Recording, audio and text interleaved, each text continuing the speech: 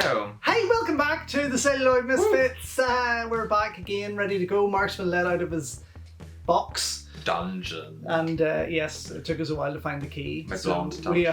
It's blonde dungeon, yeah. I was not filming while I had a full head of blonde hair. Why not? Is that why you held back from doing this? Well, no, you held back because you said there wasn't enough to do. I didn't hold anything. Hey, fucking did. Girl. Texting me the other day being like, well, why don't we, very sarcastically, why don't we do Yeah, a YouTube channel and talk about this? Well, fucking tell me when you want to record. It's fucking ready anytime. Fuck's Well, sake. we're ready now.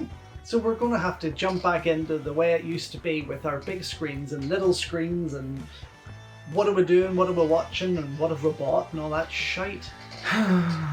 So What how happened? about... What was that? Well, you seem much more on the big screen than I have. Yes, I've made a point of getting back to the big screen in the last week. I've seen one. Yeah. I've seen about 4 or 5 now. Wow. Yeah. I'm making use of it. Because there's a lot of stuff out there and things that have been held back for a good year. And I just kind of felt I'm sick of looking at the TV. No. Yeah. It was nice. Do you know what? I really just wanted popcorn.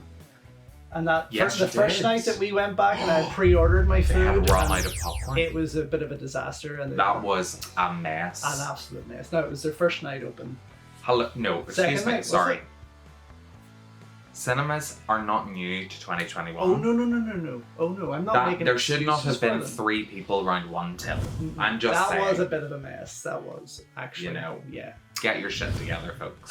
Well, they did the second time. We went back fairly. There's only 2 people around one till. Yes, there were. And then and so on and so on. Yeah. But yes, I did see quite a wee bit. So okay, we'll jump straight in then with the big screen stuff. Okay. Big screen. I actually got arm hair. Ew.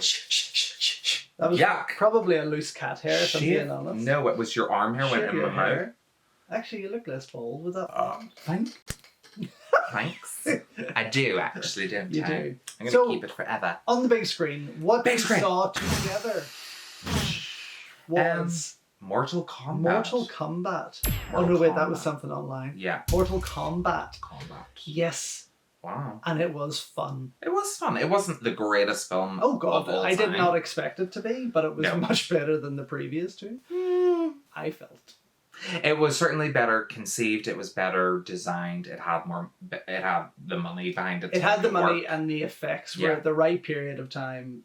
to make that kind of film. Yes, Yeah. it's what it needed. Whereas previously, it was probably just The neon lit caves, the yeah. really dodgy The CGI actors were were fun. I mean, In the new one? yes, in the new one they weren't too miscast. I was No. kind of surprised. I don't to be really honest. know the cast of it. Actually, the only one I know is Jessica McNamee, who played Sonya Blade. Yes, so And also she was actually pretty I decent. can't remember the actor's name, but the guy that played Kun Lao. Sorry, he actually was on board on a lot of Jackie's films previously, Oh. like the Chinese Zodiac and things like that. So he has worked with the finest, Mm-hmm. and do you know what? He was one of my favorites, and you could tell he had the right moves. He had, and obviously they killed him off. A bit too Spoilers. soon. You're bound If to you have seen it haven't by seen now, bound to. But anyway, he would have been my favorite in the movie. Yeah, mine was He Keanu. looked great. Who also died. Okay, so Keanu was fantastic. Yes, he was. Super he character. did. He was a bit of a scene He was a stealer. fucking beauty, wasn't he? Yeah, he was a scene stealer. And you know who he was? Hey, Have Keanu. you ever seen Superstore? No, I haven't watched No, it. Superstore's hilarious. We absolutely adore Superstore. Yes, We've you do, watched so- it over and over. That's America Ferrera, isn't that? Correct? Yes. Ugly Betty? Yeah. Okay. And he actually plays the pharmaceutical, Ooh. doctor in the Superstore. Yeah. I completely did not expect him to pull off a role like this Wow. at all, but very, very, very pleased. Very good, very funny. He was very good. And I actually can't wait for it to come out in Blu-ray. The cast were super believable, actually. I Yeah, liked it. I they- love. Okay, so what I did like was I wasn't fussed because obviously growing up playing the game, you either it didn't. Well, me being a little gay boy, would have picked Katana, Sonya, Melina. Yes. You know, Yes. Sindel. Those are the did. characters I would have picked. Yeah. But whenever your friends came over for a guy's day, you had to be straight. I would have picked Kano. No, Johnny Cage and Liu Kang. Yeah, Liu Kang was always those were the two characters. And Raiden. Yeah. So I was always like, if they're going to do a Mortal Kombat movie like they did back in the 90s, Johnny Cage and Liu Kang have to be the lead. So this Cole character, I was a bit like, yes, what is with this guy? I really like this connection to Scorpion. Yes, very interesting. Very bit of an original take on the whole thing. But I liked it. Yeah. Didn't know it was a nice diversion actually, and it worked. Kind of thought I was like, Cole Young, who the hell's that? But it worked for the movie. Yeah, and he was great. He was a good-looking guy, great mover, good actor. So yeah, it worked. There was a lot of moments we waited for in this film. Lines, you know, like fatality. But it was fun when they came about. It was. I think I screamed like a little bit at some points. I was like, and started to clap, and they like brought in like Sonya's like signature move. Yeah, that was the thing. You're always with a movie like that that's based on something especially from your childhood. You're going to be super critical about it, and you know there's moments that you want to see, you want to hear. So it was exciting waiting for that. Yeah, I think do you know what, for a return to the cinema after all this time, that was a fucking cracker. That was the perfect way to go back to the big screen. I think so. Yeah. You know, everyone is like at the minute saying A Quiet Place 2, cinema is back. Cinema came back with Mortal Kombat. Yeah, I think it was so. A fun post-lockdown movie. It was entertainment. For me, that's the kind of movie that film was made for. It's entertainment. Yeah. And that was completely it. Part of me would kind of would have liked to have seen it as a TV show. With that quality, would have been quite cool. Now, there was a few years ago, there was a web series. Yes, made, that Legacy. I only caught some of. Yeah. So, but I would like to see it hit a trilogy this time, keeping that standard. Because they never got to make the third one back in the 90s. That's right. Yeah, they didn't. But there's a lot going on there, and I think hopefully it was successful enough that we will see more. Fingers crossed. Fingers crossed. What was the best thing you liked about it? My phone!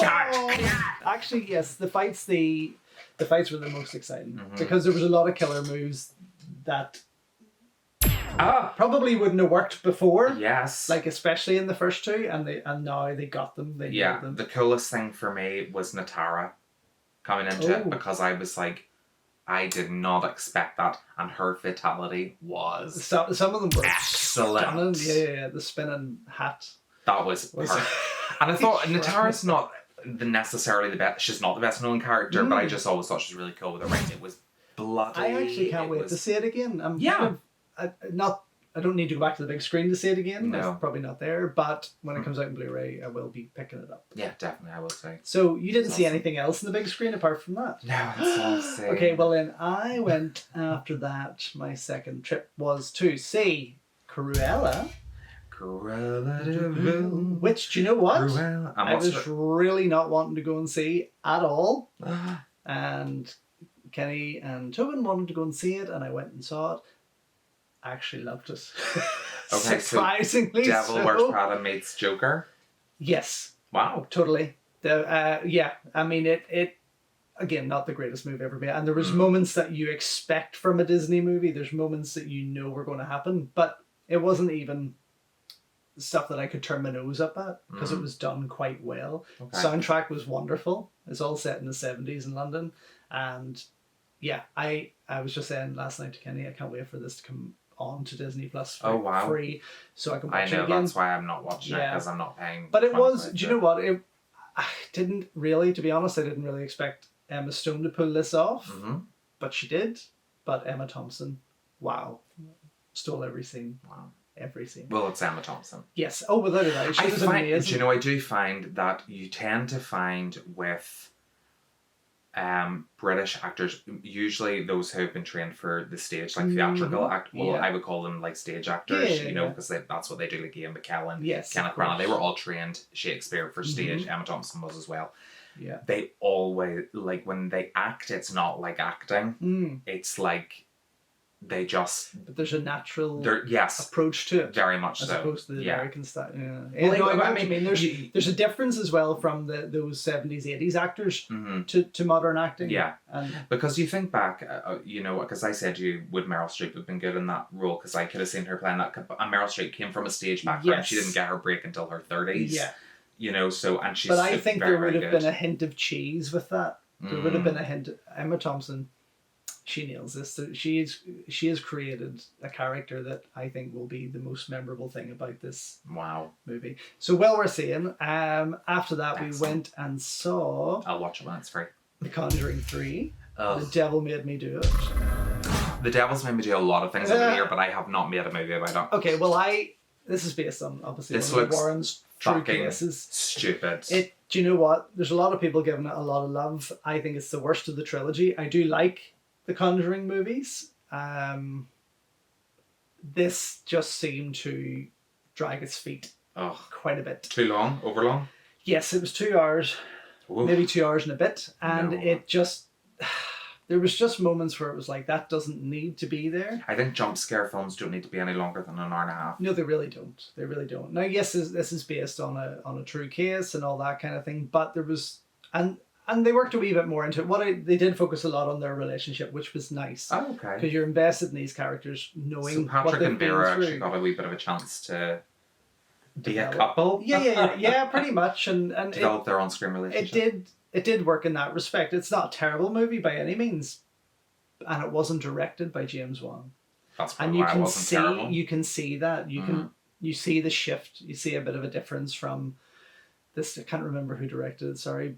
I don't know. I apologize. Sorry. No, I can't remember. I've been so disinterested. But it was, it just didn't. It took me away from it. Mm. And if there was to be a fourth, I probably wouldn't get as excited. Yeah. But this is very middle of the road. We've seen it all before, kind of thing. And there was a nice shot, which was a nod to The Exorcist, where you've got the priest standing out.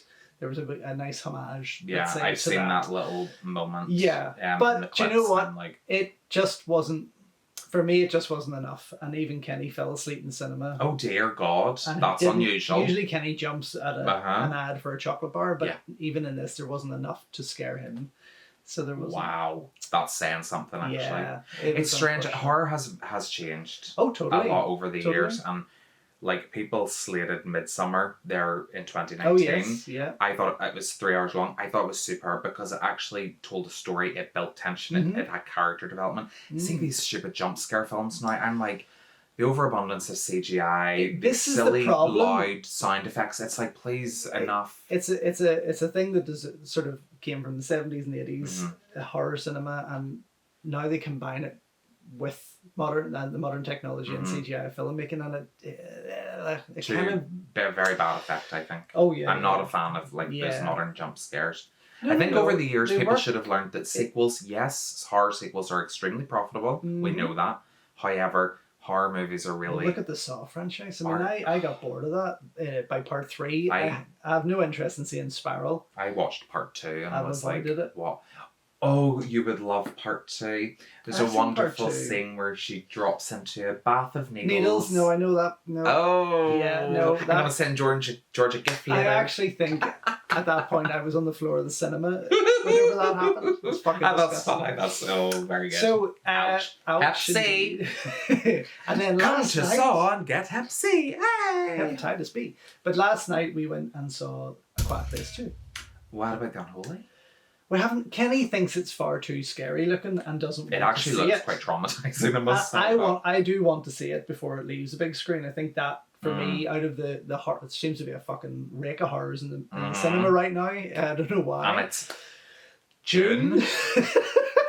But I want to see The Unholy. Yeah. I think it's because people go and see horrors; they're profitable. Yes, that's probably but why. I also think it's I think it's going to be a bit of a sleeper hit.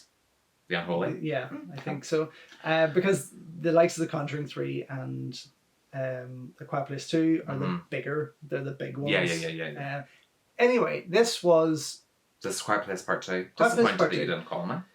It was a date night. We went out for dinner. We went to the cinema. You were up number 9. We did wave, but you didn't see us. Waved on the way out. It was very good. Okay. And really? Not amazing, as in not rush to see it, but it was okay. very good. It was just more of part 1. Yeah, but that's what I was wanting. It continued from there, but it starts with a 10-minute prequel. Okay. As to how it kind of, how it started. There's still more to the story. Yeah. And I think in part 3 we might. Well, 2023 we're getting a spin-off of Quiet Place. I wish they would not do this. A quieter place. I would just kind of like John Krasinski to make a Quiet Place Part 3 and be done. Yeah, that's what I was kind of hoping for. Yeah. It kind of, yes, there's little bits there that need to be told. Now, but do you not sometimes feel like what you don't know is actually better? That's what I think what made A Quiet Place so compelling is that you were like, what has actually happened? Exactly. What's going on? But I think that's the studio pressure of continuing those with sequels and spin-offs and all that kind of nonsense that, they think they want people to know. Sometimes we don't. Sometimes people do. Sometimes people like the exposition and think, I mean, look, do you know what? It was exciting in a way because they were good characters, as in the family. They were strong enough characters, and it continues. The kids from Me stole the show. They did a really good job. What do you call your guy from 28 Days Later that's in it? Cillian Murphy kind of takes over the father side of things here. Okay. But again, explained as to why and how in the start. And does a good job, but nothing different than we haven't seen him do in 28 Days Later. And a lot of people are praising him for his role in this, and I'm like, this is not anything different. Emily Blunt looks good. I mean, Emily Blunt, yes, I mean, she's doing the same thing. Yeah, she's a great actress. And she's toughening up even more, and so on and so on. So there is a lot of tense moments. This had Kenny leaping out of his seat. Wow. About 4 or 5 good times. Wow. Yeah, definitely. It'll be a Blu-ray one for me, I think. Yeah, there's no rush. No. I'm thinking you're afraid to go back to the cinema now. Well, I got my COVID jab. Over the last 2 years, you just become adjusted to sitting on your sofa. Yeah, of course. So you haven't been at the cinema, and then you're kind of like, oh, do I really want to go? And I do want to go and see a lot of films. I do want to see. This was packed last night. I'm not surprised. Quiet Place 2 was packed. Obviously, they have the two seats gap, but bunged. Wow. Completely bunged. And that was the first screening we've been able to get to book all week because it's been sold out. No. Quiet Place 2? Quiet Place 2. On for Electric Boogaloo. Summer blockbuster status? It's definitely, it is worth seeing, but it's nothing. I'd actually like to look up the box office take from the first weekend here. Yeah, it'd be interesting. Yeah. When was it released? Last Friday, week? Pretty much. Yeah, okay, so last Friday. Yeah. So yeah, it'd be interesting to see what the weekly box office It's a week already. Yeah. So yes, that's all we've seen so far on the big screen. Awesome. And I am excited for what's to come because obviously there was trailers shown, there was other movies. So there is a lot. Yeah, there is a lot more on its way. Yeah. And hopefully if we don't have another fucking lockdown third wave or lockdown 3.0 shite, we can continue to keep going. It's I secretly am like wishing for it because I have I'm binging a lot of stuff. I still want to sit on my sofa. Yeah, because I'm binging so much. I'm like, oh, actually, but this is real life isn't nice anymore. This is why the big screen is making a bit of a difference. It's getting us out again. Yeah. As much as I love a walk around the coast, this is nice to just go out and sit in a comfy big chair. When they redid the cinema, we raved, and it still is. It's still, they've looked after it, which is good.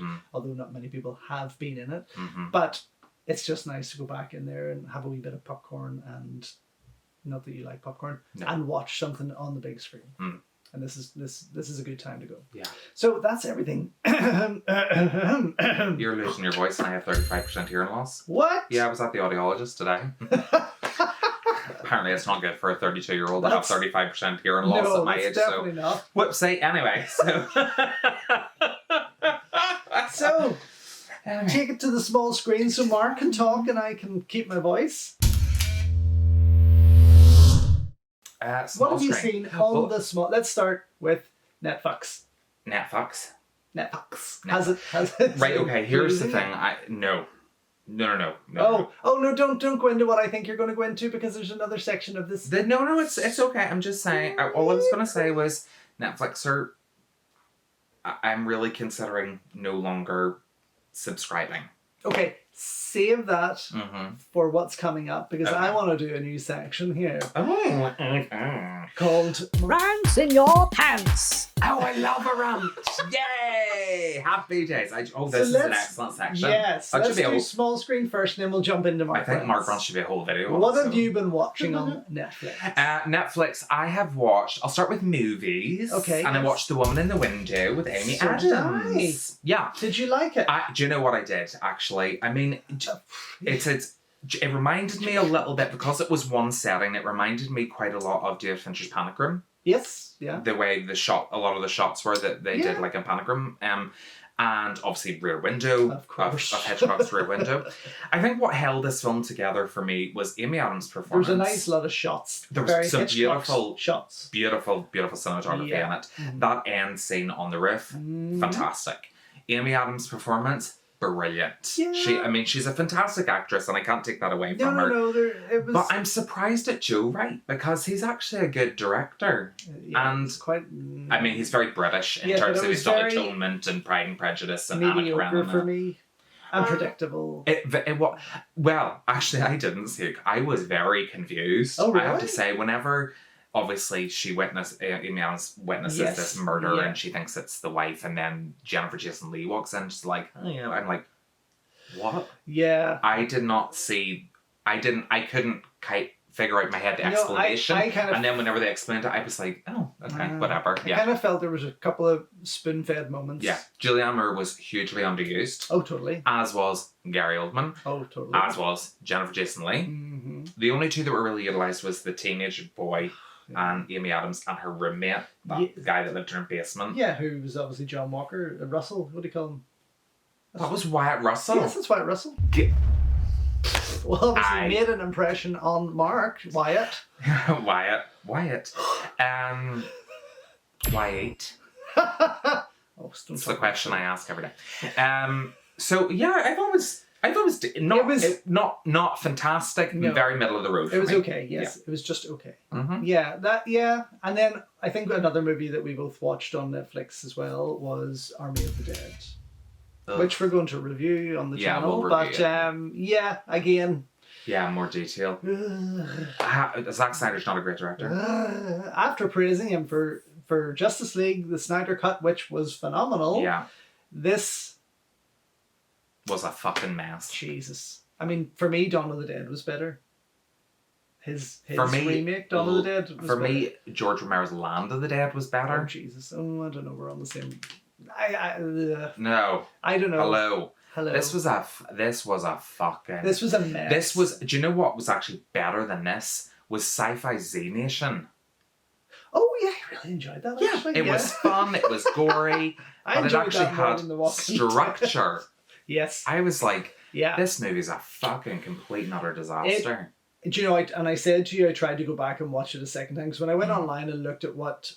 I was just thinking, have I missed something completely? Because, you know, this has been praised and talked about as being this wonderful fucking zombie movie, and it's really, really not. Mm-hmm. It just, there's so many things that just aren't explained. Why is there robot zombies? Why can they do this? Why is she pregnant? Why is it glowing blue? Right, and there's an explanation. Are there aliens? There is an explanation. Yes, so we saw, and there's even UFOs that vanish at the start of the movie. But nothing is explained. And if you need to go back and watch something to figure it out, and again, or watch a video from the director that explains it, as if, oh, hang on, by the way, I've got an Army of the Universe, or an Army of the Dead universe to come and explain everything. Well, we don't care. No, it's we don't care. Late. Yeah, it's way too late for that shit. So apparently there is a prequel coming. Yeah, Army of Thieves. Army of Thieves with the locksmith.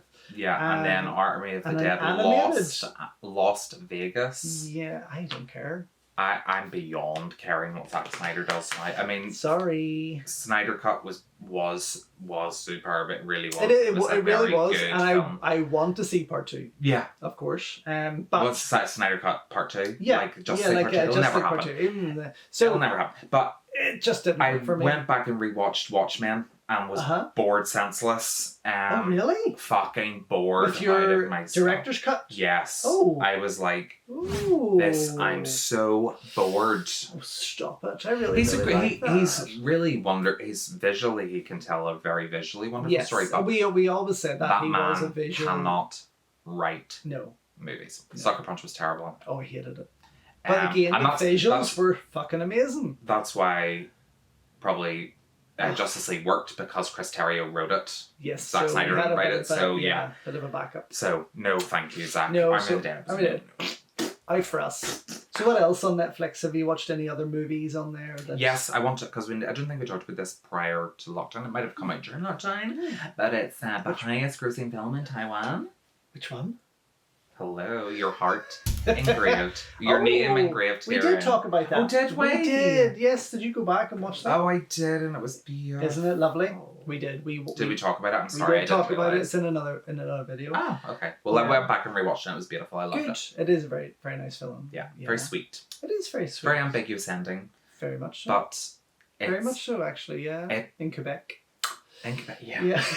Because I was like, I've walked on those streets. I know this place. And then, But, just... It was a beautiful movie. I lusted for them. Ooh, I was like, please, just take me. Take me. No. Kiss him. Kiss him. I always shout that. No matter what show we're watching, I'm always like, kiss him. Yeah, it was a very sweet movie. So if you haven't seen it, it's called Your Name Engraved Herein, and it's on Netflix. Mm-hmm. Yeah. I don't know of any other Netflix movies I've watched. No. Netflix original films. There's definitely one there, and can I see it in my head? I cannot see it. What am I looking for? I know I'm mentally scrolling through my watch list, and it'll come to me. Watch it again. Series. Jupiter's Legacy. Oh yes. Yeah, I thought it was good. Save it for your rant, but yes, it was good. It was very good. Yeah. Surprisingly so. Surprisingly good. For me, it was a live action Invincible. Yeah. Which we've also been watching. Mm-hmm. Oh yes, of course. Phenomenal. Yeah. But it was a very live action, and I know it's from Miller World, who give us kick ass and all this kind of thing, but I want to see more. It felt very CW. It did, didn't it? Yeah, it did. Which I have no issue with. A lot of people have issues with the CW. I don't know why. I don't know. Unless it's Batwoman.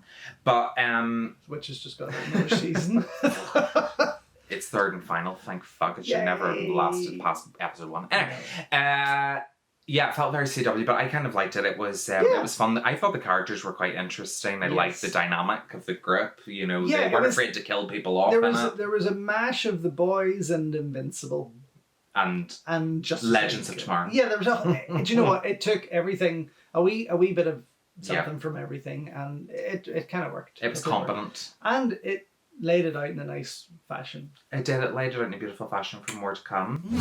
Yeah. So the other one is Sweet Tooth, another DC adaptation. Wow. Yes. Are you enjoying it?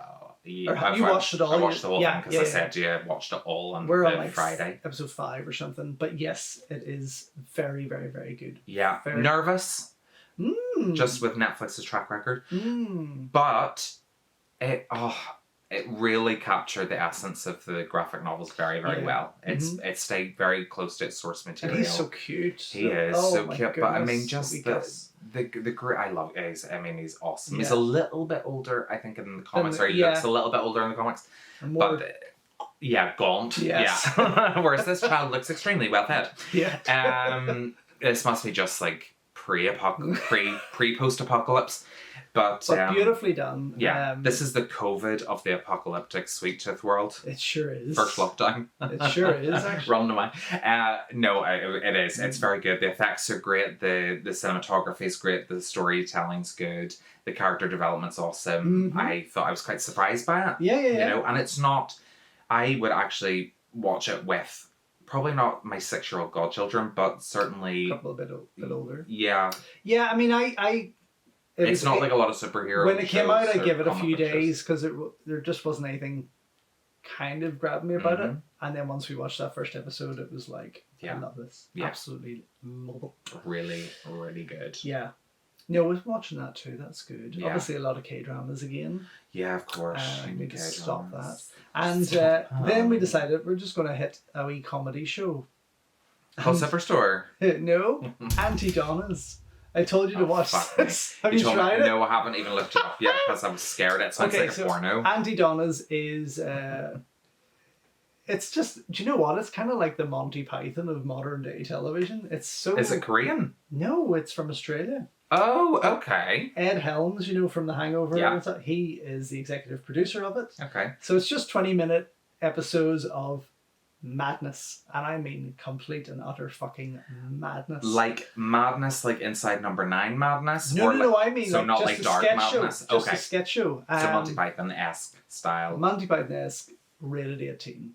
Love the sound of it. It is fucking hilarious. And honestly. it's on Netflix? It's on Netflix. Auntie Donna's. Auntie Donna's Big House of Old Fun or something, or Big Old House of Fun. It is totally worth watching. If you're not easily offended. Which I'm not. No. So that's been Netflix. And then Prime, I think the only thing is Prime still going? Oh yes, I did. Yeah, it is actually. Yes. Invincible. Well, we're I suppose we're kind of waiting for Prime to bring out Wheel of Time and Lord of the Rings TV series. So those are kind of the biggies. Oh my God. But I watched Without Remorse. Tom Clancy's Without Remorse with Michael B. Jordan. Was that a movie or a show? It's a movie. Oh, it is a movie. Okay. Mm-hmm. And did you enjoy it? For an action film, it was fairly standard. Was it as kind of like an Extraction kind of thing, or was it? It's like Jack Ryan meets. Oh no, I can't say. It's a Tom Clancy thing, It's very Jack Ryan-esque, only with a white person. Diversity. Yeah. Michael B. Jordan's great. I really like him. He's a cool guy. And he is a fucking right man. And he's very good in this role. The film's no different. I mean, you'll have seen this in Patriot Games, Clear and Present Danger, any Tom Clancy, the Jack Ryan show. I kind of enjoyed. I love them. I still enjoy them. They're still fun to watch. Some of All Fears kind of thing. That's the kind of vibe that I was getting with Without Remorse. Worth a watch if I get bored. It is, absolutely. If you're bored, check it out. It's really worth it. No, I mean, it was just I was sitting one night and was going through Prime to Spain. I was actually going to rewatch Mrs. Maisel and was going through and I was like, what's this Without Remorse? And because obviously I watched Jack Ryan, so it gave me that recommendation. And I was like, oh, I'll watch this, thinking it was a series, and it wasn't, it was a movie. But it was good. Yeah, it looked like a series. And then Invincible, obviously. I was impressed. What, with Invincible? Yeah. What? Yeah. You're fucking tree? You serious? Yeah. I loved it. I just thought... I don't know. This is something... Now, mind you, I do follow Ryan Otley, the artist, on Instagram. I have done for years. I love his stuff. But, no, I really liked it. There was just a nice...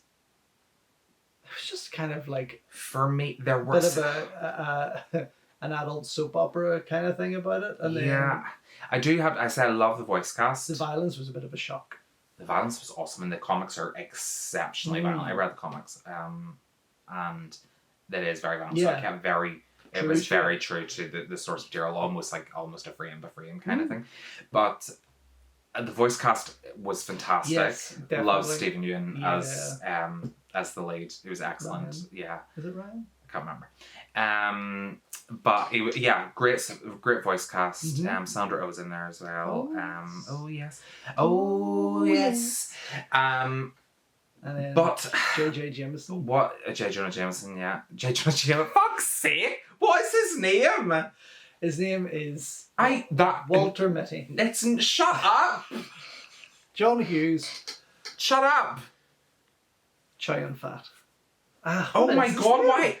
You have now said J. Jonah Jameson, and that's all I can think of. So he's in it. I love he's got so many different connections to the superhero world, doesn't he? In DC and in Marvel and this. What is this actor's name? It is... Everyone's going to comment about this now, aren't they? Of course they are. Yous aren't real movie fans, but George has now completely blindsided me with Jackie Chan. Anyway, fuck up. Anyway. Great voice cast. But they're working on a live action version. I'm kind of like, oh wow. I'd prefer to see a live action version of it, to be honest. Well, that's why I felt Jupiter's Legacy kind of had that vibe. Yeah. About it. Yeah, I just felt that Invincible. It almost felt like they were doing like 90s style animation that was really, really gory, and it just, for me, I just didn't gel with it personally. That's a shame. It was a shame because I was looking forward to it. I loved it, and I think it has got more seasons coming. Yeah, it does. Yeah. That's great. Yay. Yeah. Okay, and then Disney Plus. What have you been watching on Disney Plus? Because you haven't been watching what I've been. I'm doing. Do you remember? Did you ever used to watch Disney Channel? In the 90s? God, yeah, in the 90s. Where they used to, I wonder if you could actually put this in for me, a wee magic effect. And they used to, on the Disney Channel, whenever you were watching it, and then they went to, they used to pretend that they had magic fingers, and then they would have went, Andrew, look like a Mickey. Oh. Yeah, little mice. Yeah, so you can put sparkles in there for me. Because, it's your channel. Anyway, yes, Disney Plus. Disney Plus. So what you haven't been watching and what I've been asking what I haven't been watching is Cruella. Is MODOK. Fuck's sake. Oh my God. It is fucking hilarious. This is canon in the Marvel Universe.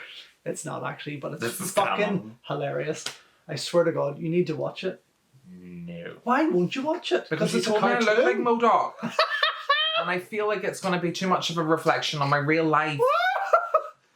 It actually is. No, it's really not. It you know what? It totally went down a whole different direction that I was not expecting for this show. Okay. And it is like if you took Modern Family with Robot Chicken and smashed them together and threw in a few F-bombs. That's what it's like. There's swears in it. Oh yeah. Oh fuck yeah. Like yeah. It is brilliant. Like, I mean, shockingly good. Oh, okay. No, honestly, you'll love it. Okay. You will piss yourself laughing at it. We'll watch it over lunch. We'll watch one episode over lunch because there's a new episode come out today.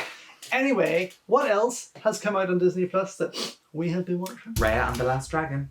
Didn't like it. Get out. Did not like it. Beautifully done. Yeah, gorgeously animated. Fuck, it was I have to say, bored. Raya is my favourite. She's not a princess, but she's my favourite Disney princess. Yeah. I just really liked the whole vibe of it. I just thought it was really cool. I enjoyed the animation. The animation fun. was beautiful. I just felt we've seen it all before, and we have. It was boring. But it's. I think with the Disney animated classics, as they refer to them. Yeah. So this is the 30th animated classic, whatever. Like Mulan. Yeah, it's like no, not the live action. No, not the. Oh no, yes, like that. Yeah. This is what I got. It's like it. Comfort, isn't it? It's like a warm hug from Disney. Well, why don't they draw it like they would do the classics? If that's what they want to. Oh, they did with the Princess and the Frog, where they brought back the 2D animation. I loved. Yeah, I loved. But I have to say, I really enjoyed it. I thought it was very well done. It was enjoyable. It's like every Disney animated film. It's extremely watchable. It's rewatchable. No, it was enjoyable, but for me, it was boring. So I thought you would have liked it because of the kind of Pacific Islands kind of Asian influence behind it. I thought it might have been kind of, Do you know what? Thing. I think what put me off it was there was far too much modern, far too much comedy and nods to modern things, modern technology, modern. There was far too much of that. Like, they don't know that, and it just didn't. It just didn't work. Yeah. I have to say, Awkwafina, though, is like becoming one of my favourite Asian people ever. Yeah. She's hilarious. I mean, she was hilarious. I mean, she's funny as the voice of the dragon, but I just want to actually see her because I feel like when I watch Awkwafina, even the face of her, they had. It's kind of like what they did with Genie in Aladdin back when they animated Robin Williams. It kind of, in a very strange way, looked like him. It did. But I would actually I think I would actually prefer to watch Awkwafina do the voiceover than actually watch the movie again because she's such a funny woman. I don't think I'll ever watch the movie again, I'm being honest. Oh, that's a shame. It just didn't tickle anything for me. Oh. It really didn't. I was unfortunate because I really wanted to like it. Yeah. And I was excited to watch it. And I just not Disney's greatest animated feature of all time, but certainly not their worst. Beautifully done, but boring. Oh. This was for me. This was kind of like Mulan and Aladdin, but not as well written. Yeah, I'm looking forward to Luca though. That little merman. I haven't seen anything about Luca. Yeah, it's coming to Disney Plus. It's Disney Pixar. Oh, it's the latest Disney Pixar, and it's actually written by and starring Lin-Manuel Miranda, who's a big name at the minute. Yes. Yeah, he's so fucking sexy. So yeah, but that's not it yet. No, the other thing that I've been watching, of course, which started Wednesday, was Loki. Yeah, the God of Mischief is back. We will be reviewing that, but it was... I have a funny feeling this is going to be my favourite Disney... Did you get a chill? I got a wee chill. I think this is going to be my favourite Disney Plus Marvel show. Yeah. I've just got that feeling. Everything. I love the 60s decor. Beautiful. Isn't it fab? The production design, it's superb. The art direction is fucking gorgeous. Whoa. There are scenes in this first episode that blew me away. Yeah. I mean, they are cinematic to fuck. Yeah. Especially that last scene in Oklahoma in the late 1800s. Yeah. That was gorgeous. Yeah. Oh my God. It was gorgeous. Beautifully rendered. Absolutely loved it. I absolutely loved it. Yeah, absolutely loved it. And also give Tom the chance to act. Yeah, he acted fabulously well, didn't he? Do you know what I liked about it? The humour. Yes. The humour was on point. Yeah, totally. Yeah. Like, WandaVision, of course, had the humour, but it was like a forceful kind of humour. It was a whole different vibe. It was like American sitcom forced humour. Hi, my name's Wanda. Which was purposely done. Of course, worked fantastically well. Yeah. For this to be kind of quite a naturalistic style of humour, it was a cast very much so. And the likes of Falcon and Winter Soldier had that lethal much weapon, more dramatic, social commentary and everything going on with it. This just looks totally different. Oh my God! I just thought 3 different shows. Even the way it's completely like they're miles apart from each other, but they need to be for them to be distinguishable. Yeah. Whereas the movies all feel very samey, even as good as they are. They feel very samey. The shows are very individualistic, which is really nice to see. But the thing about this was the Miss Minutes animation, which felt like a Jetsons episode. I was like, I feel like I'm watching an Hanna-Barbera They also they also animated some of it like the 80s Marvel cartoons. Especially with the gods, the time gods and all that. Yes! It was very 80s, wasn't it? It looked actually like a frame from an 80s comic book. Yeah. It was fantastic. I loved everything about this for me. Tara Strong is a fantastic voice actress. For anybody that doesn't know who she is, she has literally voiced everyone from she's Miss Minutes. She has voiced like the Powerpuff Girls, Family Guy, she's a very, very popular voice actress, and she provides voice for Miss Minutes, and it was really cute. I really enjoyed that little animated sequence. And it was kind of nice. I kind of like that exposition in there, the kind of explaining the multiverse, because for people were complaining about this. I read a review, someone saying, when you spend like 50 minutes kind of with exposition, you have to remember there's a lot of people that don't follow the comic books. So people aren't going to know what the multiverse actually is. People are hearing the word multiverse a lot because of Snyder and whatever. But a lot of people won't know. DC and Marvel are racing now to try and get who's first to get that out there. Yeah. That kind of explanation I felt was a little bit needed. Oh, totally. And it it worked brilliantly well. They did it in that little animation. It was fab. Owen Wilson playing Mobius had explained it in greater depth and detail. Like me. I can't get a fucking word in. He's so fantastic. And then Gugu Mbatha-Raw is in there as well. There's a few, and then obviously, so from Lovecraft Country, which you'd let me... Yeah, that's not her sister. What? Yeah, Gugu Mbatha-Raw. No. The court woman? I thought I thought for a second. Yeah. But no, what do you call the other actress who leads the guys with the sticks? Oh yeah. The TVA. She was in Lovecraft Country. She was the sister. Oh, the sister in Lovecraft Country. I thought you meant Journey Smollett Bell's actual sister. No, sorry, excuse me. But also very good actress, yeah. And then the guy for Lovecraft Country, he's playing Kang the Conqueror. I'm so excited. This is wonderful. It is wonderful. He's a terrific actor. Have you seen The Last Black Man in San Francisco?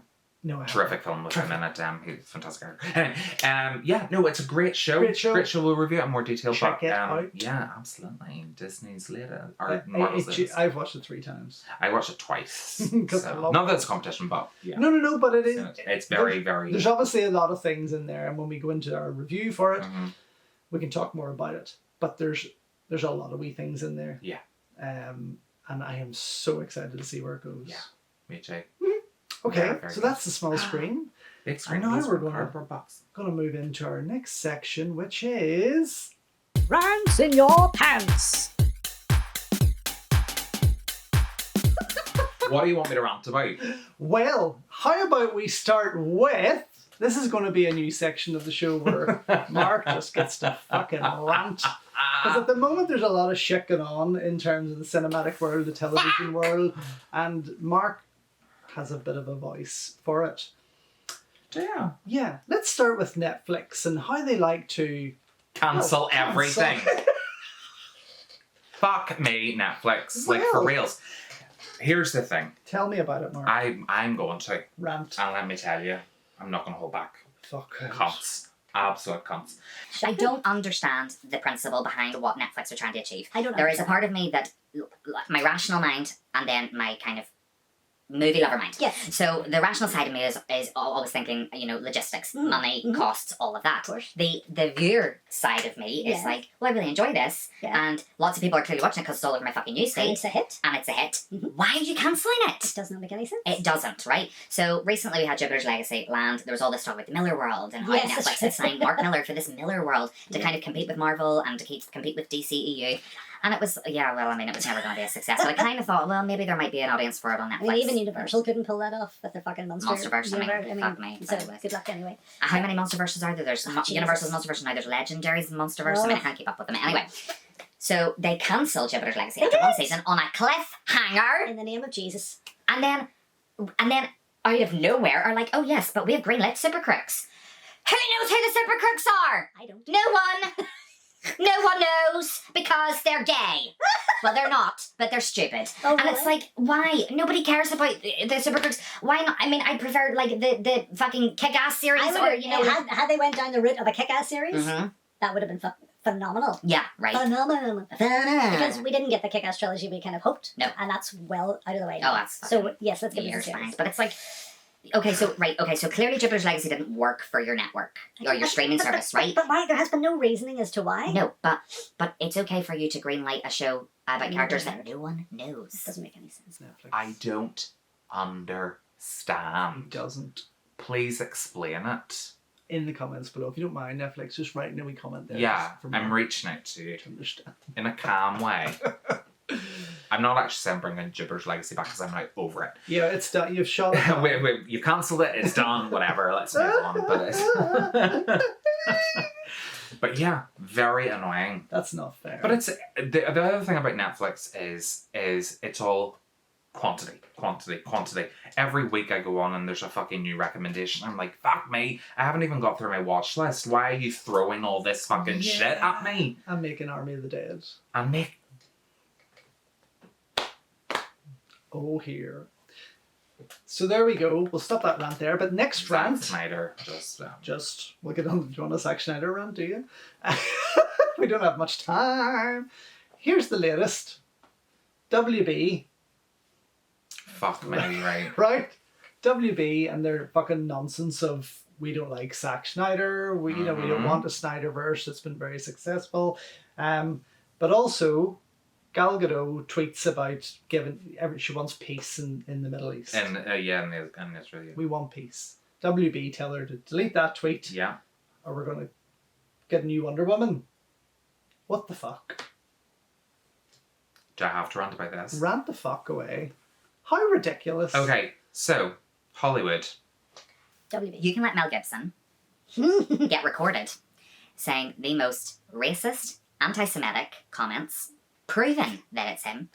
Gal Gadot reaches out to her home country. And is it Gadot Where- or is it Gadot? Because Well, everyone Gal has Gadot. their own wee. Well, we'll call her Gal Gadot. It's probably Gal Gadot because call she's her from Wonder Israel. Woman. We'll call her Gal because she's She's a great gal. She's a great gal. She is a great gal. Tell But them. she reaches out in a very kind of normal tweet about peace with her neighbours. Everyone's in we grew up in Northern Ireland. We fucking Do we want know. peace with Ireland? 100% because we all have to share the one fucking island. It was Palestine and Israel are right next door to each other. Do they need to be committing mass genocide? Absolutely not. Let's call it what it is. This is not war. This is not a little bit of violence. This is fucking genocide. What is wrong with someone who did their time in the Israeli army and is now a like a beacon for other Israeli people, and actually she's using her platform. She's bringing her character out. Yeah, she's using her platform as an individual, which she's completely entitled to do, have her own fucking opinion, and she's allowed to say, why can't there be peace between Palestine and Israel? WB, get their fucking knickers in a twist and decide, after Wonder Woman 3, we're rebooting and we're recasting. Do you know what? It's totally fine. Gal doesn't need you. Do you know why? Because she's got the Irina Sandler movie in the works. She's got Red Notice coming up on Netflix. She's got the Cleopatra movie with Patty Jenkins. She's got the Hedy Lamarr limited series coming as well. What else has she got? Heart of Stone at Netflix as well. Her new action franchise. Guess what, WB? Gal Gadot doesn't need you. It seems to be a lot of people don't need WB right now. Zack Snyder, Henry Cavill. I mean, there's another one. Who fucking... Oh, yeah. Highlander? Highlander. I'm not going to rant about it, because actually, whatever. But hang on. I prefer a Scottish person to play Highlander. Let's rant about this then. On his birthday, on Henry's birthday, WB tweets, hey, we're going to reboot Superman with a black Superman. Why? Just to annoy him. Oh, here we go. Okay. Fucking get it out. Right. All for diversity in Of film. course. All for it. I love it. Multiverse and all that. Yeah. Yeah, fantastic. Oh, George, I've got another one for you. They probably haven't heard either. Right, so I'm all for it. All for it. Right, I'm all for a Black Superman. Whatever there was in the comics, there was a Black Superman. Fine.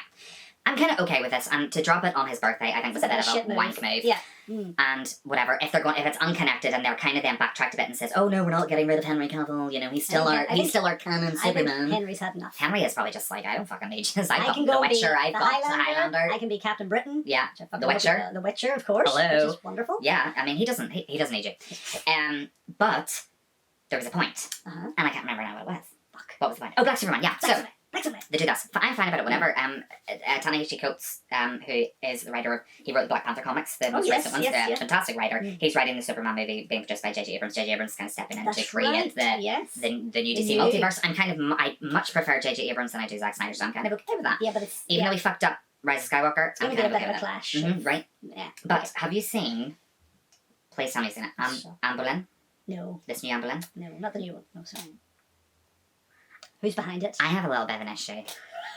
And my issue is, I'm all right with people playing with historical inaccuracies. I don't mind a little bit of, a little bit of storytelling thrown in there. It's like the DUP think William of Orange loved orange, but his favourite colour was green. Exactly. Hello. We're okay. I mean, we live on the Emerald Isle. What other colour are you going to love? Purple. And not to mention he was a wee bit of a clifter as well. But we'll not get into that. Go! Well, actually, Doris, I could tell you some things about the orange order. Anyway, fuck, I'll be getting my kneecaps on. So... Anne Boleyn, historically represented as white. She was from the UK. More than likely, she's white. She's being played by Jodie Turner-Smith, who was in The Last Ship and was also in Queen and Slim. There, a black woman playing Anne Boleyn. Interesting. I don't take offence to it, but I really do think that this woke bullshit is getting a little bit too. Yes. It's getting out of control. Anne Boleyn was not black. She was a white woman.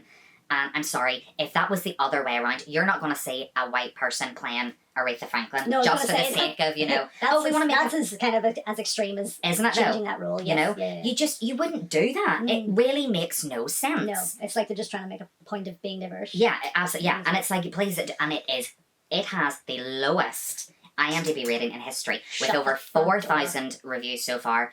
1.1. Are you for real? Ouch! Yeah. Holy. And I was like, ha.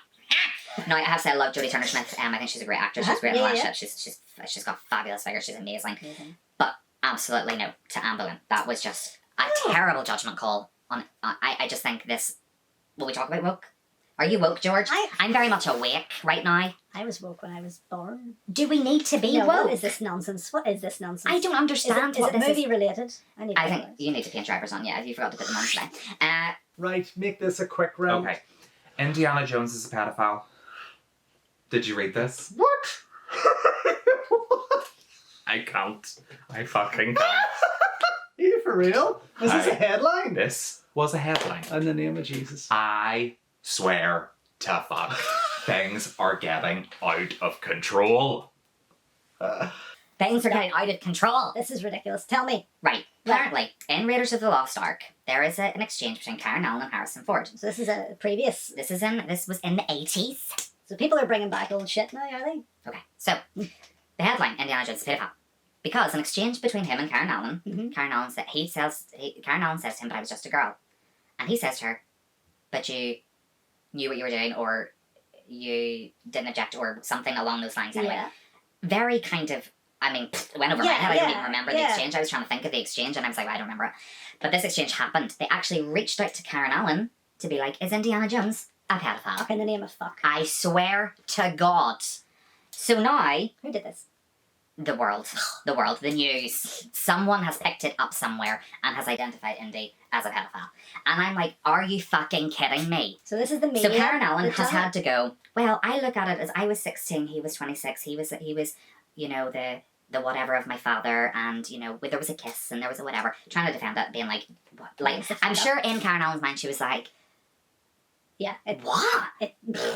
And she probably was like, oh, I'll do the interview on Friday, and had to quickly go back and watch what the fuck was said and be like, that's where you got that from. Very stupid fucking thing. It is not only the stupidest statement I have heard in recent, most stupid, because stupid is not a word, the most stupid statement I've heard in a while, but also the most actually offensive statement. I find it so hypercritical that someone has picked up something so innocent, something so nonchalant, so... It's ridiculous. That has become a headline? Yeah. What it is. in the name of fuck is wrong with people? Something fucking majorly wrong, clearly. What in the name of fuck? People, lockdown's over. You can go back out and enjoy yourselves. You don't need to start fucking sifting through old shit to find these kind of things out. What the fuck? Well, the Gone with the Wind thing, Ugh. I mean, cancel Gone with the Wind. How about you fucking cancel it yourself and go back to the womb and maybe come out a better person? Mm-hmm. Because then you won't be so fucking prejudiced. The only people that are prejudiced are the people that come out prejudiced. Exactly. And they're the people that pick up on this shit. And are covering Not their people... own tracks. Yeah, thank you. Mm-hmm, like the DP.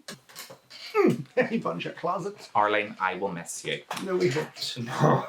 Rather her than Edwin. So yes, that is... well... That's another rant for That's another not- one. oh, So that's- anyway, so- we're done with rants. Are we done with rants? We're fucking done with rants. What's next?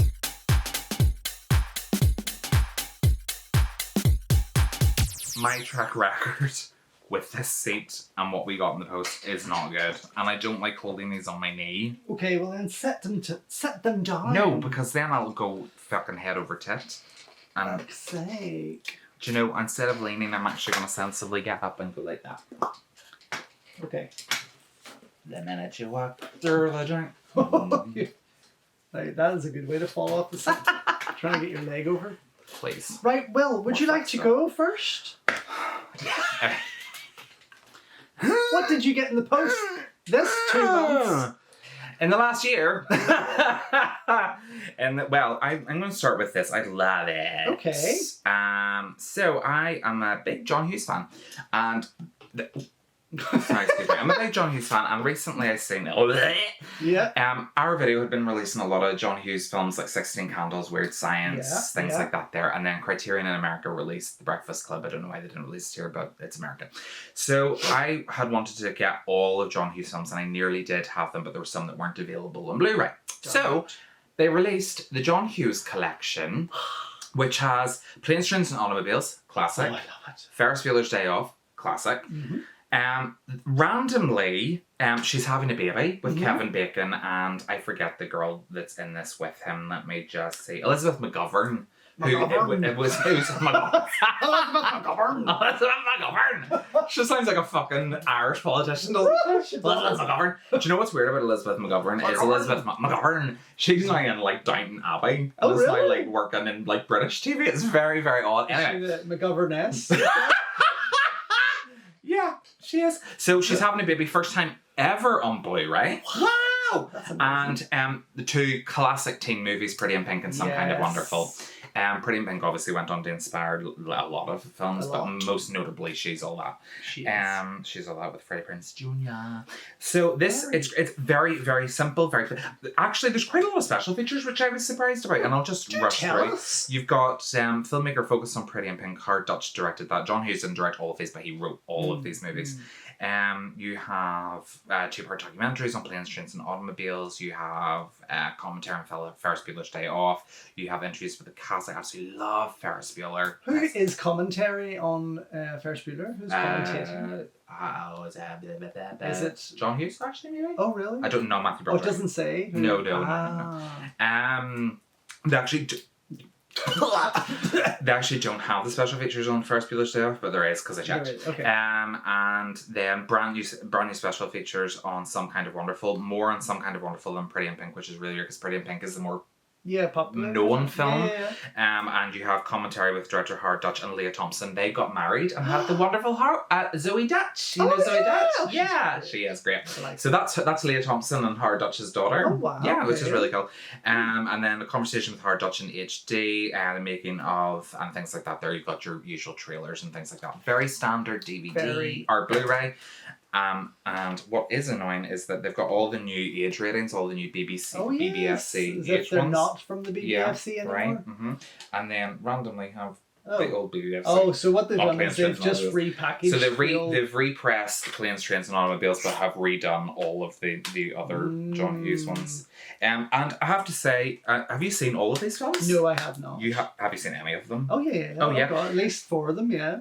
Oh, the only one you haven't seen is She's Having a Baby. She's Having a Baby, probably, yeah. Do you know, it's not his worst film, but it was an unusual one. It's like career opportunities. Have you ever seen it with John Cryer and Jennifer Connelly? No, it's kind of weird like that. But it's a great collection if you're a John Hughes fan and you want Pretty in Pink and Some Kind of Wonderful. They are, getting individual steelbook editions, but not regular Blu-ray. So if you're a steelbook collector, they're available for pre-order. This was only $25.99. That's not bad for all of them. For brand new and for 3 films being their first time on Blu-ray here in the UK. It's quite Very good. Yeah. Well done.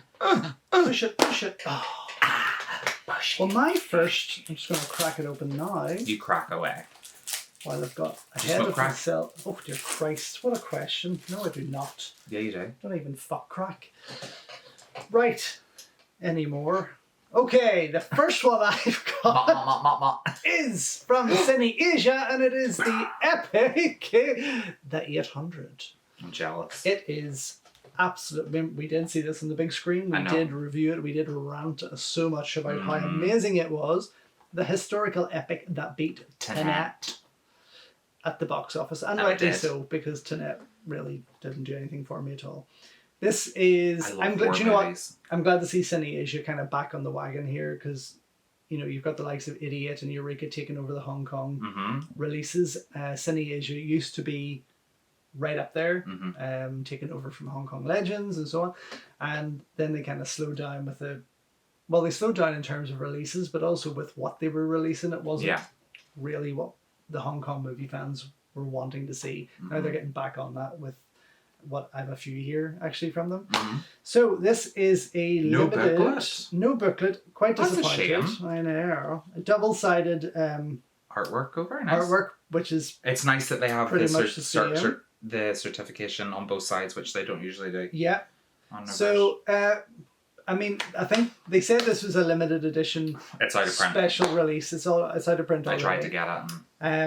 Bonus features, behind the scenes featurette of the big production. Other features called Hero, Southside, Wolf Dog, Cat, and trailers, a music video, and a reversible sleeve, which is just not anything different. Spectacular.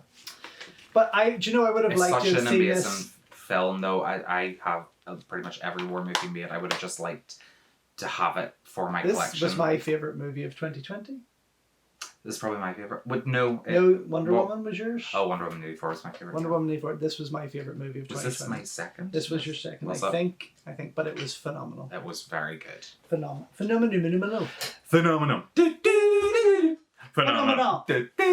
My next one. So I'm sticking with the 80s, bitches, because there's been a lot of cool releases. Yeah, I know, right? Does this take you back, George, to your early 30s? Let's see. So, Criterion recently... Who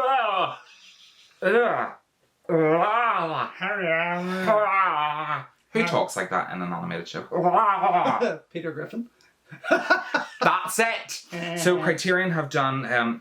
Criterion are finally starting to release things in the UK. Welcome to our country. I know, I don't know if it's part of our country anymore. Sorry. We do exist. They brought Wong Kar-wai. I forgot it today. Sorry. Did you get? I got it. Yeah, right. Sorry, I forgot to bring it. So I'll bring it next time. Don't worry. It's fabulous. But they've been releasing a lot of cool stuff, and they've released the classic 80s teen movie Fast Times at Ridgemont High. Love the cover. Well done. What do you think of this cover? It is so 80s. It is so 80s. It's so colourful and wonderful and just fantastic. And it even has Forrest Whitaker eye. Forrest Whitaker eye. Do you know Forrest Whitaker eye? Yeah, look. Where's Oh, there he is. Yeah. My Steve goodness me. Guttenberg. Sean. No, what? I mean, That's not Steve Guttenberg. No. oh yeah, what do you call him? Fuck, I Remember? forget his name That's now. not Steve Guttenberg. Judge Reinhold. Fuck. Yeah, I was going to say I always get Judge. them two confused. But this, of course, obviously stars Jennifer Jason Leigh. Of course. The incredible performance of Sean Penn, who, I mean, it's iconic. His stoner performance in this is just iconic. But everyone remembers this film for one reason. What is it? Don't know. You don't know why everyone remembers this movie? No. The only thing I ever hear people talking about Fast Times at Ridgemont High is either Sean Penn or Phoebe Cates' pulsing. Don't know.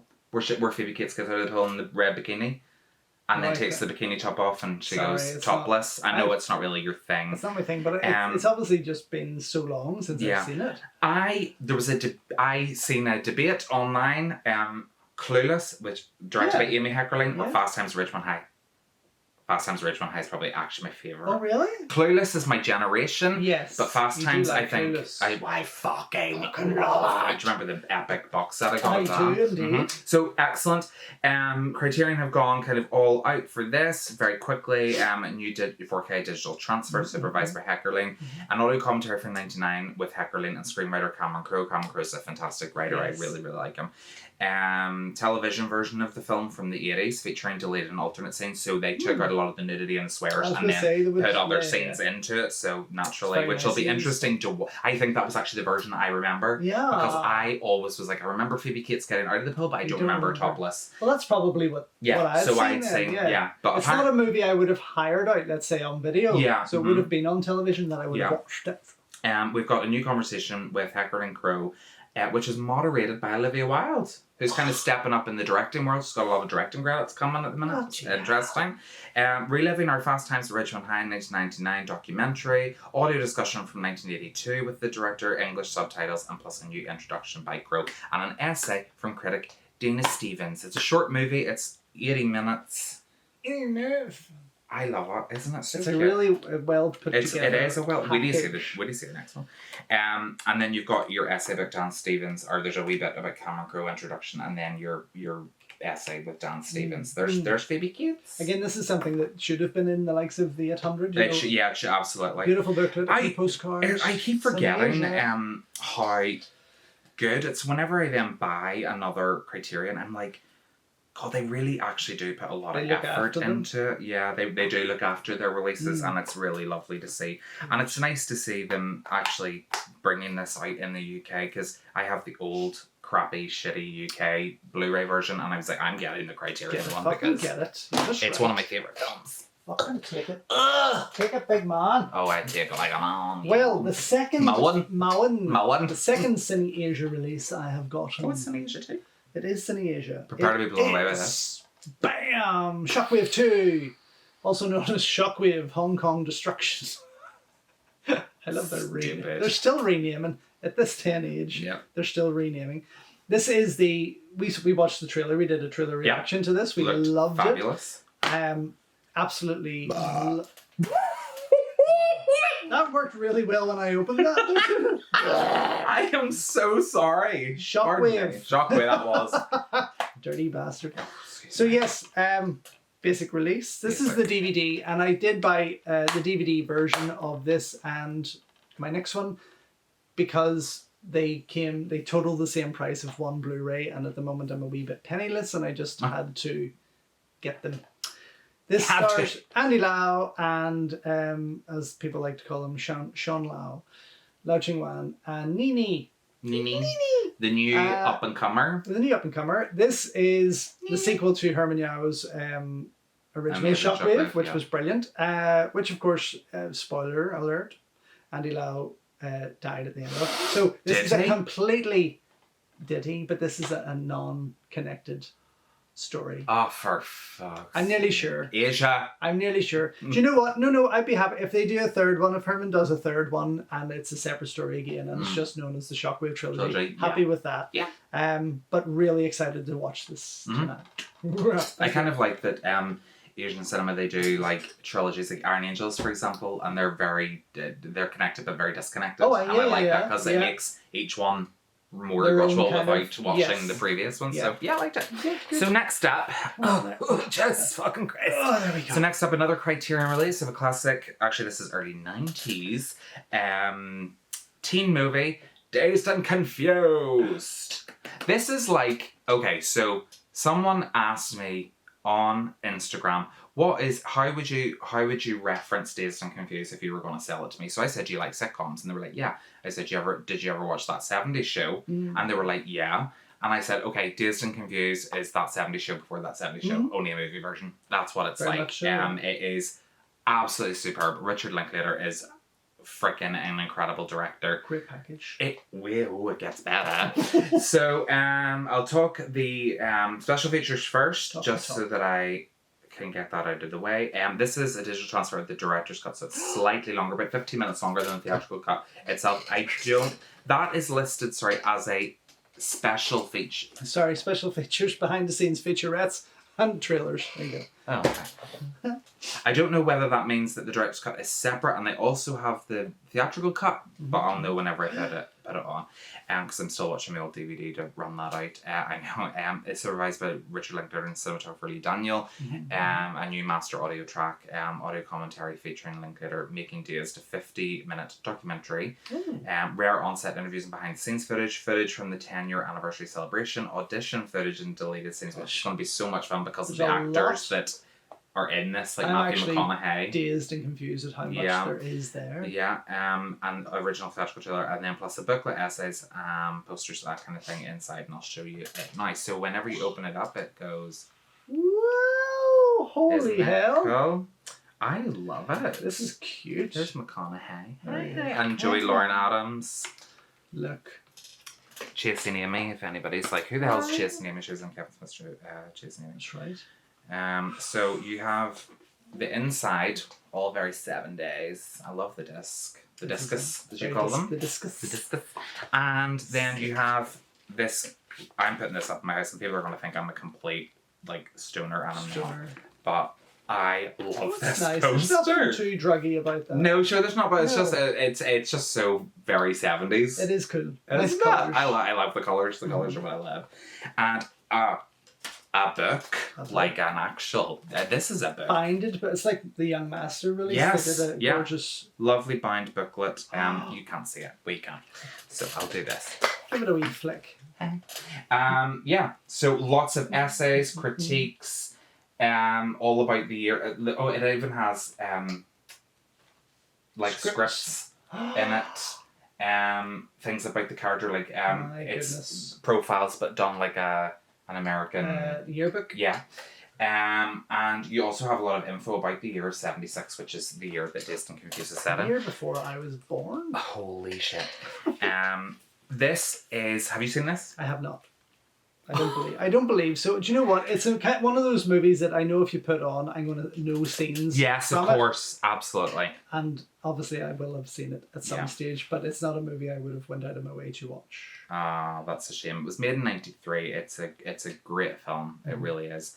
Do you know? I find that teen movies, especially from the '80s and early '90s, are highly rewatchable, and it's just nice sometimes whenever you're just feeling like you don't want anything heavy to put those kind of movies on. So that's what I kind of do with Arnie movies. Arnie Schwarzenegger? Yeah, I just kind of feel they're the kind, especially that 90s period, 80s and 90s period. I do that with JCVD.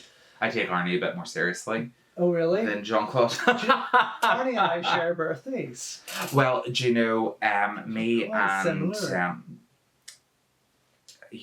and Mel C share a birthday. Actually, me and Margot Robbie share a birthday. Shut the front door. Who is I actually that? have a cool. I'm gonna show you. So, Sure. my third Cine Asia release is Korean epic The Swordsman, which has been wowing people since its release. It's been out for a wee while now, but again, I wanted to kind of get it on Blu-ray. To be honest, this is a much more beautiful cover than the Blu-ray. Sorry, you're twisting it so much I can't really tell if it's a picture or art. No, it's art. Mix. Yep. Oh yeah, very nice. It's an artistic picture. Bonus features, original theatrical trailer and photo gallery. If I will say anything is a wee bit for Cine Asia to give us something as poor is that for such an epic movie and a release that they've really like pushed and championed for so much? Like they've said, this is kind of like a big deal, and there's not much on there. This should be a 2-discer. Really? It should be. And it's not. It's a 1-discer. Very bland. It's very flat. Now, I'm hoping the movie makes up for Flat, that. but so I was just about to say, sometimes flat releases are okay when the movie's excellent. And I think this will be. Meticulously choreographed swordplay. Let's hope so. Yes, engrossing performances and pulse-pounding swordplay. I don't think there's going to be a lot more going for it probably than just the swordplay. But I will let you know in a review very, very soon. Next. So okay. Yeah, okay. This is exciting. So This we is were just exciting. talking about this in my little ranty video about a reboot, and I used to watch this whenever I was younger. It is the Highlander TV show. 119 episodes. I know. I didn't even think that they made that many, No, but they did. I probably saw about 19 of them. Oh, I didn't realise it was damaged. You damaged it. Bastard. Bit like yourselves. Yeah. This actually, so this doesn't tell you. Well, I mean, it doesn't tell you anything on the back of this. This is an this American special edition. release. This is from VEI from Canada. Okay. You can only get this imported on eBay. Oh, okay. Not even Amazon import this. So you can't buy anything from VEI's website. They just released Stargate SG-1 on Blu-ray, which I really wanted, and I couldn't get it because I couldn't import it from VEI. They won't ship internationally. So I had to buy this on eBay, but it came rather quick. Yeah. So you have your outer sleeve, which is standard, but very sturdy, Very solid box, and loads of special features. really? You've got audio commentaries, inside episodes, bonus footage. I mean, it's fucking incredible. So I was a bit weird. I was like weirded out by it. I was like, what is this? Is this counterfeit? It's really not. This is just a VEI package. Their things with their little kind of paper sleeves. Yeah, oh, it's all right. Don't worry, I've got it. So this is great. This features all 119 episodes of Highlander, but what it doesn't tell you on here is that there is a bonus disc, and there is also the complete series of the field spin-off Highlander the Raven. Well, blow me down. Yeah, which was a nice surprise. So you got your Highlander bonus disc there, and then you've got your Highlander the Raven spin-off in there, which was a nice surprise to see it in there because she was one of the more interesting side characters. Oh, it is nice to have a wee surprise. So I wanted to get this because I just felt like, I don't know how did I not know? Because it says right in the front bonus Highlander. It doesn't on the sleeve though, that's probably why I didn't know that. I opened it up and was like, oh my god, wow. So it's actually been digitally remastered. It looks fantastic. There's a lot of enjoyment out of this, a lot of swordplay, a lot of... Adrian Paul's a good actor. I mean... He's got a great arse. So he does. He's a better actor than... John Barrowman? Well, yeah. Christophe Lambert? Yeah. Everyone's a better actor than Christophe Lambert. So, but yes, it's a great series, and what I love about it is that it very much focuses on Adrian Paul's Highlander character. You know, he's immortal. You know, Duncan is, I find, a much better character than Connor MacLeod was, and it time hops a lot. Oh, good. Okay. Yeah, so it goes back to whenever he was in like Highland Scotland or France during the Renaissance, or you know, so it's for a show that was made back in the 90s. It's got great production values. It's got amazing sword fights. But it's full of Canadian actors, which is probably why they were able to do some of the scenes so brilliantly. Toronto and a few other spots up there were the Hollywood of the 90s, basically. Yeah, it's an American TV show, but with a lot of Canadian actors. It's cheaper to shoot up there. Yeah, which actually meant that the fight scenes and the action look better, and the production design of like the period times. Yeah. But for anybody that's a fan of Outlander on TV at the minute, or I'm trying to think of another kind of romantic fantasy or romance show, I can only think of Outlander. This is a great series to watch. Yes. It really is. And I'll take you back to the next wee bit. But there we go. There we are, Highlander. Wonderful. The complete series. The complete series. From VEI. Well, my next two are from Eureka Video. See, whenever you open it, do you ever get held to go, Eureka! Eureka! It is the One-Armed Boxer! One of my all-time favourite Jimmy Wang Yu movies. Jimmy Wang Yu. I'm going to turn this slowly for you. Jimmy Wang Me. Jimmy Wang Me. That's lovely artwork. I like that. It is gorgeous artwork. Yeah. Jimmy Wang Yu was never the most graceful fighter or kung fu star in the world, but he is. I am a massive fan. He is one of my favourites, I have to say. Oh, okay. Well. I am not dismayed by anything he does. But are you He misled? was actually he was a champion swimmer, and so he has a swimmer's body. Oh, fuck me. and a bit of a street fighter. Look to him. It was a great history to Jimmy Wang Yu. This is the original Chinese artwork. Mm-hmm. There's a great history to him, and I would love that he's. I think he's in his 80s now, perhaps. I'd love for. Not so much for when he passes, but someone to do a movie about his life, I think would be highly interesting. But yes, I have opened this one already. I couldn't wait to watch it. I only have it on VHS, and I love it. It was one of the first Kung Fu movies I bought for my collection when I was starting on the VHSs. And it was beautiful. This is the first time I've been able to see it in widescreen. Oh, wow, okay. Uncut. And Is it violent? absolutely gorgeous. It is quite, yeah. And this no. one came with a ripped cover, Eureka. I know it's not your fault. Refund. It happens, but hey. So, what have we got? A 1080p presentation. It hasn't been 2 or 4K restored, unfortunately, which is a bit of a letdown. 1080p restorations. I don't know. Sure, that fucking cat again. I block it out. Oh, alternate Mandarin soundtrack with original Mandarin English options. I did listen to the English dub again, which was fun. Feature-length audio commentary by Asian film expert Frank Zhang from the New York Asian Film Festival. Stills gallery, original trailers, and the Chinese Professionals TV spot, which is another trailer. It was renamed the Chinese Professionals. Guys, we have an Asian film expert right here. Actually, You'll do it for free. I do it for free, but also because I love it so much. And don't forget, I forgot to talk about my new website. You can talk about that later. I'll talk about that later because this isn't part of it. And then we had a lovely little booklet. Sunny years you didn't do this.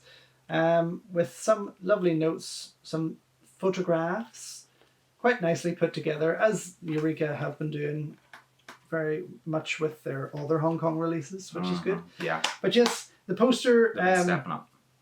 doesn't fit inside because it's a wee bit bigger than normal. Idiot have been releasing a lot of A3 sized posters. But I'll have to take a shot. Check my Instagram. But yes, theirs has just been a wee bit bigger. So that's the first of the Eureka video. Actual movie myth. movie myth. And yes, check it out. Fortune Star. The Fortune Star are the Hong Kong distributors, yes. But I'm not too sure how many of these are left. Wow. I would say they're going pretty quick. I'd say so too. I would say so. I would say 2. So this is my final, but it's 2. So does it make you nervous? It does a wee bit. Does it? That was cute. So sticking with Highlander, I have got Highlander on DVD, but then I wanted to upgrade to the Blu-rays. Yes. Anyway, so I was only ever able to get the first one on Blu-ray. Did you not do this one already? No. Oh, I thought you did. Okay. Oh, have I? I think you did. This one. Well, I'm doing it again. Highlander the Renegade version. Oh, Yes. I think I did it. Now that I'm saying I'm getting a bit of deja vu, this cuts out all the nonsense about them being aliens and whatever. Yes. It's a much superior version, so out of print, you can't get it. So unless you're willing to pay £200, no. But they finally released Endgame, which I like to consider the end of everything. End of it all. This was after the show ended, so Duncan and Connor McLeod come together in Highlander Endgame to see which one will be the immortal out of their clan. It is actually fantastic. Do you know why it's fantastic? Why? Because Donnie Yen choreographed the action. He did choreograph the action. And he appears in it, doesn't he? He does. He has a very small role in it, but I mean, he appears in it. He's jumping up on a lot of things. I'm like, oh look, there's Donnie Yen. Yeah. Like, because this was around that era, that time when he was dipping his toe into Hollywood, and there was this and Blade 2. And Yeah, a few that's other- what I watched yes. with him recently. Yes, yeah. Not the greatest film of all time, certainly not, but it is action-packed, very heavy on the action. It's absolutely amazing. It's a Miramax release. It's an hour and a half of just pure I think fun. it came almost too late after Highlander 2, and I think... Well, Highlander 3 came next, The Sorcerer, so there was a third one with Christopher Lambert. And yes, there was, wasn't and there? then Endgame came. Yes. So they had done a Highlander trilogy, then But they did there the was- show. There was I think too much of a... There was at least 6 years of a gap. Yeah, but in terms of how the filmmaking process had changed, Yeah. production design and all that kind of thing, it looked quite different from the rest. Definitely. Yeah, Donnie Yen is listed on the cast here in the back, so he is, and a bunch of other people I don't even fucking know who they are. But it's a fun film. The only thing that's on it is visual effects, a historical progression. So it's interesting because it actually shows you what the effects would look like now. Oh, okay. So it's an interesting little featurette and some deleted scenes.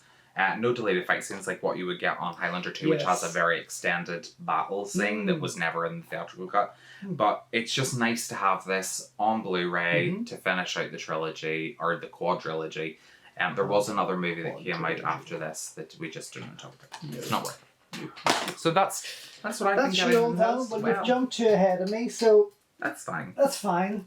My next Eureka one is Choi Hark movie that is a bit of a Marmite movie for some people. That's going to be one of those effers I just can't open. Got it. Thanks. Always when you ask, do you want me to do it, then it opens. It's like, oh God, don't give me the hint. He'll rip us.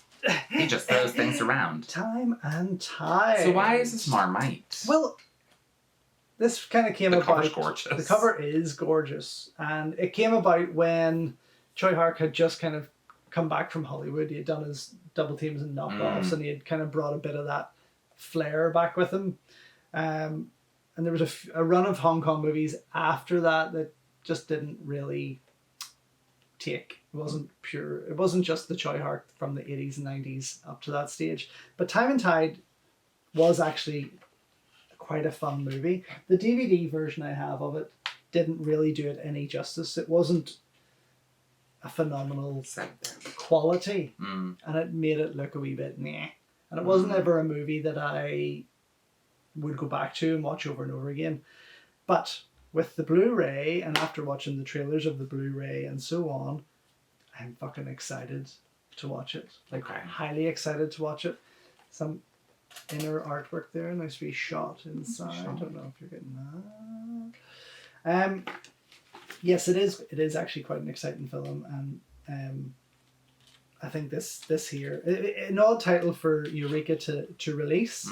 I'd never heard of it before. No, so that's what I mean. There's so much more there, especially from Hong Kong cinema as a whole, that I would have put my money into. I think it's a costing issue. Yes. What can rights What rights can we buy? But I'm glad it has seen the light of day on Blue, because it is... Yeah, we unknown, really, pretty much, isn't it? Yeah.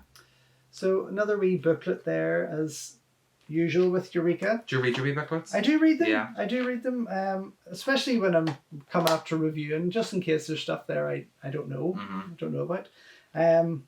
But let's see, special features. We got 1080p presentation. Again, there's no restoration as such, but from the trailer that I've seen, it looks bloody gorgeous. Good. New artwork, obviously, soundtracks, feature-length audio commentary by writer, producer, and director Choi Hark, which I'm fucking excited to listen to. Feature-length audio commentary by Frank Jang, original trailer, plus a collector's booklet, which I just showed you. So yes, I am excited. It is gorgeous. It's a nice addition, and it might just make me feel a wee bit more love for the film.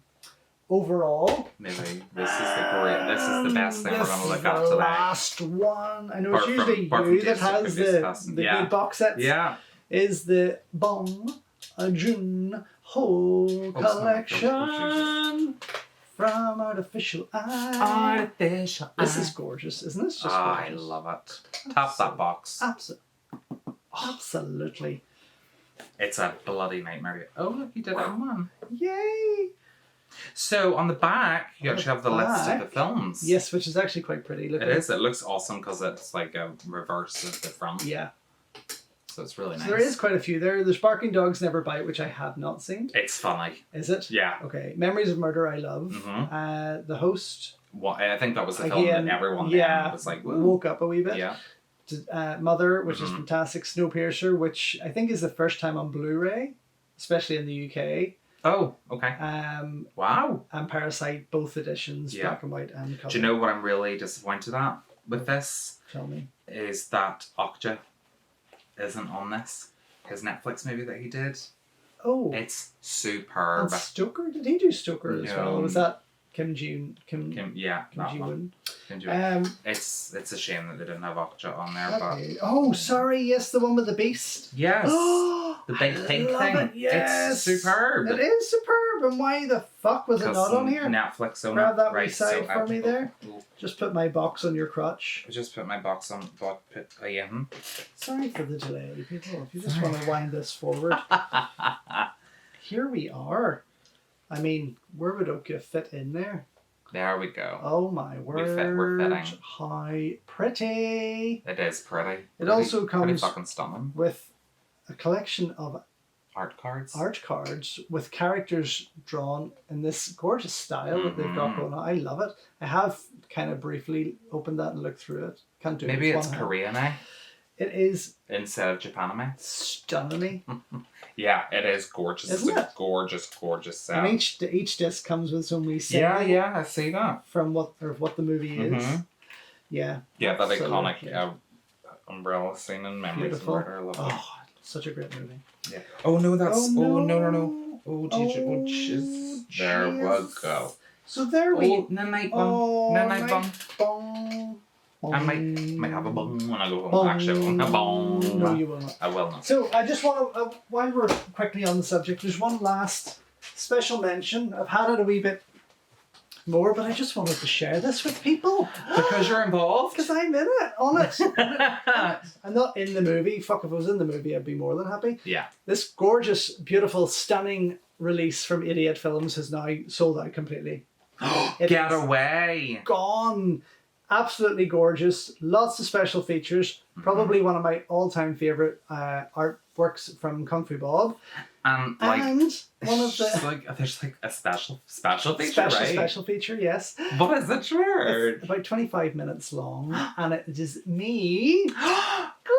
It's called Out of the Shadows with Hong Kong film expert and film director George Clark. So this is probably the best reason to get this movie, because the movie's just, there's some guy called Jackie Chan. I mean, not going to smoke up your arse. Actually, Dad was asking me whenever he had picked me up to take me somewhere, wherever we were going. And he was asking about your DVD and Blu-ray collection. I said, like, George knows his shit about Asian films. Like, any Asian film, even probably the least known Asian movie, George could tell you exactly who's in it, when it was made, how it was made, where it was made, everything about it, how it was cut, the English dub. I mean, everything. I do have a major love for Hong Kong cinema. I mean, it is my only bad habit, and this gives me the chance to talk about Snake and the Eagle's Shadow, Jackie Chan, Yuen Wu-ping, Ng Si-yun, and seasonal films, Huang Zhangli as well. So if you do get the chance to pick it up, or if you've already picked it up and you haven't watched Out of the Shadows, check it out. Drop me a wee comment if you liked it, and hopefully I'll get on to some more soon. It also comes with a gorgeous A3 poster, which I'm going to try and just quickly... It's up on my framed wall. Look at that. Kung Fu Bob, I hope you're pleased. Look at this. It's actually being framed and everything. With all of them. Yeah, there's a nice little collection up here. I thought you were going to take them all down. No, I'm not going to take them all down now. But anyway, thank you very much for watching. We're glad to be back. This is probably going to take it out of you because it's about an hour and a half long. He's a wee bit dazed and confused now. Oh, because I was living fast times with John Hughes. But yes, check out the channel. Way up behind us. Way for more reviews and videos and other bits and bobs. We'll get back on the audio commentaries very soon. And the podcast. We need to get on that thing. And yes, we'll not keep you any longer. So and thanks hopefully I will have lost more weight. Yes, hopefully, because you're doing really, really well. Go fuck yourself, George. Thanks for watching, and cherry pie to you too. Cherry pie. Cherry pie. Would you like some cherry pie? Do you have cherry pie? No, I don't. I wish I Do you have pie? Chicken pie? Oh, no, I meant like a sweet pie. No. Oh, no, a sweet pie, George.